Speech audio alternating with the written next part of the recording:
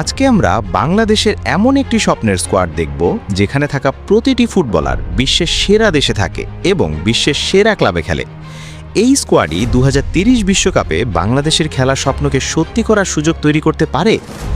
বাংলাদেশের জার্সিতে যদি এমন একটি একাদশ মাঠে নামে যেখানে প্রতিটি খেলোয়াড়ের শিকড় বাংলাদেশে, কিন্তু তারা বেড়ে উঠেছে বিশ্বের বিভিন্ন দেশের ফুটবল পরিবেশে, কেউ যুক্তরাষ্ট্রে, কেউ ইংল্যান্ডে, কেউ কানাডায়, আর প্রত্যেকের গল্পই আলাদা। আজ আমরা দেখব এমনই এক সম্ভাব্য বাংলাদেশি একাদশ যেখানে গোলবার থেকে শুরু করে রক্ষণ, মিডফিল্ড এবং আক্রমণ ভাগ সব জায়গাতেই থাকছে বিদেশে বেড়ে ওঠা বাংলাদেশি বংশোদ্ভূত প্রতিভারা। কারো বয়স অল্প, কারো রয়েছে আন্তর্জাতিক অভিজ্ঞতা, আবার কেউ ইতোমধ্যেই পেশাদার ফুটবলে নিজের জায়গা তৈরি করেছেন। তাহলে গোলবারের নিচে কে থাকবেন, রক্ষণ ভাগে কারা সামলাবেন দায়িত্ব, আর আক্রমণে কারা হতে পারেন বাংলাদেশের নতুন গোলের ঠিকানা? চলুন গোলকিপার থেকেই শুরু করি এই বিশেষ একাদশের যাত্রা। গোলকিপার সাইফ কেরাওয়ালা। গোলবারের নিচে থাকবেন যুক্তরাষ্ট্রে বেড়ে ওঠা সাইফ কেরাওয়ালা। 1.93 মিটার উচ্চতার এই গোলকিপারের রয়েছে যুক্তরাষ্ট্রের কলেজ ও পেশাদার ফুটবলের অভিজ্ঞতা। তিনি ইউনিভার্সিটি অফ ওয়াশিংটনের হয়ে খেলেছেন এবং টাকোমা ডিফারেন্সের হয়েও মাঠে নেমেছেন। বর্তমানে তিনি ওয়াশিংটন অ্যাথলেটিক ক্লাবের সঙ্গে যুক্ত। বাংলাদেশের জন্য সবচেয়ে বড় শক্তি হতে পারে তার উচ্চতা, গোল লাইন রিফ্লেক্স এবং অভিজ্ঞতা। Right back Declan Sullivan. রক্ষণ ভাগের ডান দিকে থাকবেন ডেকলান সুলিভান। যুক্তরাষ্ট্রে জন্ম নেওয়া এই তরুণ ডিফেন্ডার বাংলাদেশের হয়ে বয়সভিত্তিক ফুটবলেও খেলেছেন। 2026 SAFF U20 চ্যাম্পিয়নশিপের বাংলাদেশ দলে তিনি ছিলেন এবং ডান ব্যাক হিসেবেই তালিকাভুক্ত ছিলেন। ফিলাডেলফিয়া ইউনিয়ন একাডেমির সঙ্গে যুক্ত ডেকলানের সবচেয়ে বড় সম্পদ হল গতি, পরিশ্রম এবং আক্রমণে উঠে যাওয়ার ক্ষমতা। ভবিষ্যতের জন্য তিনি বাংলাদেশের গুরুত্বপূর্ণ সম্পদ হতে পারেন। Centre back Zidane Yusuf. Centre back হিসেবে থাকবেন ইংল্যান্ডের জিদান ইউসুফ। তিনি ওয়ালটন অ্যান্ড হার্শামের ডিফেন্ডার এবং ক্লাবটির একাডেমি থেকে প্রথম দলের সঙ্গে যুক্ত হয়েছেন। 2025 সালে একাডেমি থেকে সিনিয়র সেটআপে উঠে আসেন এবং FA ট্রফি ম্যাচে গোলও করেছিলেন। বর্তমানে তিনি তরুণ পর্যায় থেকে সিনিয়র ফুটবলে নিজের জায়গা তৈরি করছেন। বাংলাদেশের রক্ষণে তার শারীরিক সক্ষমতা এবং ভবিষ্যৎ সম্ভাবনা নজর কাটতে পারে। Centre back Hamza Chowdhury. এই রক্ষণভাগে সবচেয়ে বড় নাম অবশ্যই হামজা চৌধুরী। ইংল্যান্ডে জন্ম ও বেড়ে ওঠা হামজা লেস্টার সিটির প্রফেশনাল ফুটবলার এবং ডিফেন্সিভ মিডফিল্ডার কিংবা রাইট ব্যাক দুই পজিশনেই খেলতে পারেন। বাংলাদেশের জাতীয় দলের হয়েও ইতোমধ্যে গুরুত্বপূর্ণ ম্যাচ খেলেছেন এবং গোলও করেছেন। তার প্রিমিয়ার লিগ ও চ্যাম্পিয়নশিপ অভিজ্ঞতা বাংলাদেশের পুরো রক্ষণ ভাগকে নেতৃত্ব দেওয়ার মতো আত্মবিশ্বাস দিতে পারে। Left back Zayan Ahmed. বাম দিকের রক্ষণ সামলাবেন যুক্তরাষ্ট্রে জন্ম নেওয়া জায়ান আহমেদ। তিনি মূলত লেফট ব্যাক এবং 2026 সালে UAEর আর রিমাল আল সাহারা SCতে যোগ দেন। বাংলাদেশের জাতীয় দলের হয়েও তার অভিষেক হয়েছে এবং 2026 সালে জাতীয় দলের ম্যাচে উপস্থিত ছিলেন। তরুণ এই ফুটবলারের গতি ও রক্ষণ থেকে আক্রমণে ওঠার ক্ষমতা বাংলাদেশের বাম প্রান্তে বাড়তি শক্তি দিতে পারে। মিডফিল্ড সমিত শম। মিডফিল্ডে থাকবেন কানাডায় জন্ম নেওয়া সমিত শম। MLS এবং কানাডিয়ান প্রিমিয়ার লিগে খেলার অভিজ্ঞতা রয়েছে তার। ক্যাভালারি FC'র হয়ে 2023 থেকে 2025 পর্যন্ত 62টি লিগ অ্যাপিয়ারেন্স করেছিলেন।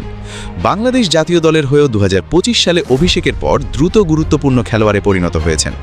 বর্তমানে তিনি ক্লাবহীন, তবে জাতীয় দলের অভিজ্ঞতা ও মিডফিল্ড কন্ট্রোল তাকে এই একাদশে গুরুত্বপূর্ণ করে তোলে। Midfield Kevan Sullivan. মিডফিল্ডে থাকবেন যুক্তরাষ্ট্রের অন্যতম আলোচিত তরুণ কেভান সুলিভান। ফিলাডেলফিয়া ইউনিয়নের হোমগ্রোন মিডফিল্ডার হিসেবে খেলছেন তিনি। মাত্র 16 বছর বয়সেই কনকাকেফ চ্যাম্পিয়ন্স কাপে গোল করে ইতিহাস গড়েছেন এবং 2026 সালে ইউনিয়নের সিনিয়র দলেও জায়গা ধরে রেখেছেন। তার বয়স কম হলেও বল নিয়ন্ত্রণ, ড্রিবলিং এবং আক্রমণ তৈরির ক্ষমতা অসাধারণ।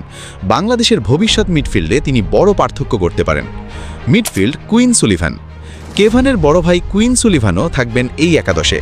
তিনি ফিলাডেলফিয়া ইউনিয়নের প্রফেশনাল মিডফিল্ডার এবং যুক্তরাষ্ট্রের জাতীয় দলের অভিজ্ঞতা রয়েছে। 2024 মৌসুমে ইউনিয়নের হয়ে 34 ম্যাচ খেলে 11টি অ্যাসিস্ট করেছিলেন। 20 বছর বয়সের আগেই 10 গোল ও 10 অ্যাসিস্টের রেকর্ড গড়া এই ফুটবলার আক্রমণ তৈরিতে দুর্দান্ত। বাংলাদেশের হয়ে খেললে মিডফিল্ড থেকে গোলের সুযোগ তৈরি করতে পারেন। আক্রমণ ভাগ ট্রেভার ইসলাম। আক্রমণের একপাশে থাকবেন যুক্তরাষ্ট্রে থাকা ট্রেভার ইসলাম। স্ট্যানফোর্ড কার্ডিনালের হয়ে নাসা ডিভিশন I ফুটবলে খেলছেন তিনি। 2025 মৌসুমে স্ট্যানফোর্ডের হয়ে 18 ম্যাচে 6 গোল ও 15 পয়েন্ট নিয়ে দলের সর্বোচ্চ গোলদাতা হয়েছিলেন। ACC offensive player of the উইকও হয়েছেন। তাই তার বর্তমান ফর্ম ও ফিনিশিং এবিলিটি বাংলাদেশের আক্রমণ ভাগে বড় অস্ত্র হতে পারে। আক্রমণ ভাগ জাইন হাকিম। সেন্টার ফরওয়ার্ড হিসেবে থাকবেন জাইন হাকিম। ইংল্যান্ডে জন্ম নেওয়া এই স্ট্রাইকার বর্তমানে ওয়েলিংবরো টাউনের হয়ে খেলছেন। এর আগে বারভেল ও অ্যানস্টি নোমার্টসের হয়ে নিয়মিত গোল করেছেন। 2025-26 মৌসুমে বারভেলের হয়ে 27 লিগ অ্যাপিয়ারেন্সে 7 গোল করেছিলেন। তিনি শারীরিকভাবে শক্তিশালী এবং বক্সের মধ্যে সুযোগ কাজে লাগাতে পারেন। বাংলাদেশের আক্রমণে এমন একজন ন্যাচারাল স্ট্রাইকার বাড়তি সুবিধা দিতে পারেন। আক্রমণ ভাগ ফারহান আলী ওয়াহিদ। বাম প্রান্তে থাকবেন ফারহান আলী ওয়াহিদ, বর্তমানে বাংলাদেশের সবচেয়ে আলোচিত তরুণ প্রবাসী প্রতিভাদের মধ্যে একজন। ইংল্যান্ডের ফুলহ্যামের ইউথ সেটআপ থেকে উঠে আসা এই উইঙ্গার 2026 সালের জুলাইতে নরউইচ সিটির বিরুদ্ধে ফুলহ্যামের প্রি সিজন ম্যাচে সিনিয়র দলের হয়ে অভিষেক করেন। তার গতি, ড্রিবলিং এবং কাটিং ইনসাইড করার ক্ষমতা ইতোমধ্যে নজর কেড়েছে। বাংলাদেশের আক্রমণে ফারহান হতে পারেন ভবিষ্যতের বড় তারকা। এই একাদশ এখনও বাস্তবে বাংলাদেশের জার্সিতে একসঙ্গে মাঠে নামেনি, কিন্তু প্রতিটি খেলোয়াড়ের মধ্যেই রয়েছে বাংলাদেশের সঙ্গে একটি বিশেষ যোগসূত্র। যুক্তরাষ্ট্র, ইংল্যান্ড ও কানাডার ফুটবল পরিবেশে বেড়ে ওঠা এই তরুণদের অভিজ্ঞতা যদি বাংলাদেশের ফুটবলের সঙ্গে যুক্ত হয়, তাহলে জাতীয় দলের শক্তি আরও বাড়তে পারে। গোলবার থেকে রক্ষণ, মিডফিল্ড থেকে আক্রমণ, সব মিলিয়ে এই স্কোয়াডে রয়েছে তারুণ্য, গতি, শারীরিক সক্ষমতা এবং আন্তর্জাতিক ফুটবলের অভিজ্ঞতার দারুণ মিশ্রণ। তবে এখন প্রশ্নটা আপনাদের জন্য, এই একাদশ আপনাদের কাছে কেমন লাগলো? আপনাদের কি মনে হয় এই খেলোয়াড়দের সবাই যদি বাংলাদেশের হয়ে খেলতে পারেন, তাহলে এই দল কি বাংলাদেশকে 2030 বিশ্বকাপে জায়গা করে দেওয়ার মতো শক্তিশালী হতে পারে, নাকি এই স্কোয়াডে আরও কিছু পরিবর্তন প্রয়োজন? অবশ্যই কমেন্টে আপনাদের মতামত জানাবেন। আর ভিডিওটি ভালো লাগলে একটি লাইক, কমেন্ট এবং সাবস্ক্রাইব করতে ভুলবেন না, কারণ বাংলাদেশের ফুটবলের এমন আরও গল্প নিয়ে আমরা আবারও হাজির হব।